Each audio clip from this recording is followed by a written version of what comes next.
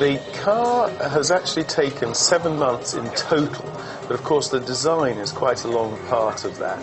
The actual manufacturing is a very quick bit at the end. I know that sounds ridiculous, but what the art is really getting the design right, getting the concept right, and then the manufacture is not such a big part of it. So the manufacture's only been about 3 months.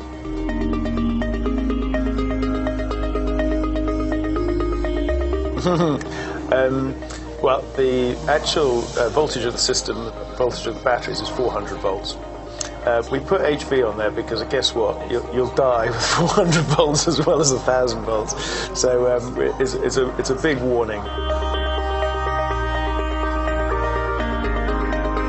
Obviously, there are new rules for 2014, so the LMP1s are a little bit of an unknown. They might be unbelievably fast, or they might actually be somewhat muted in their total performance. LMP2 rules haven't changed, so we can guess that they'll probably creep a little faster than they were, so maybe pole will be into the middle 30s in fact.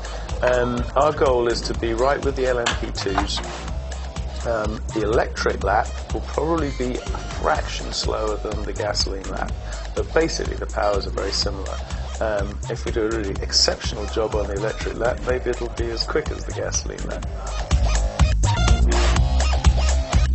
Do you know, I don't know what the 0 to 60 of the ZEOD is. In fact, the slowest corner on the track will bring us down to about 50 miles an hour.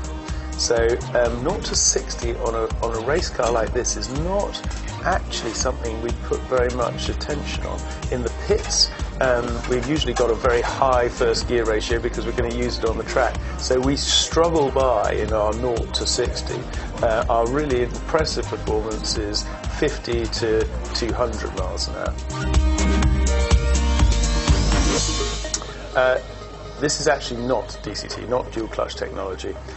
We have just a single clutch for the disconnection of the drive between the gasoline engine and the gearbox.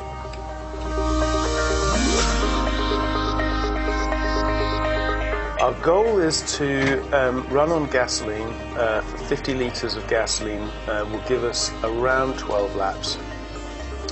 Once we have run out of gasoline, we should have recharged the battery during the braking events enough to complete another lap on electric.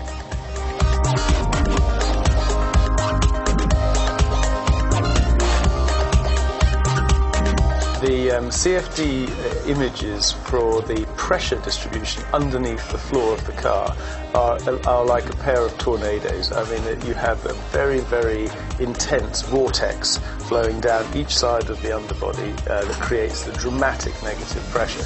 So about 1,400 kilos of suction under the car at 200 miles an hour.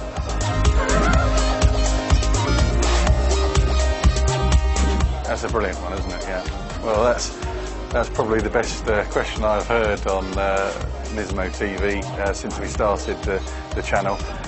We'd like to think nobody. We're doing it very differently. Everyone's out there to race for one reason or the other. We're there to innovate, be different, but also get the fans involved. So maybe the answer is no one should try.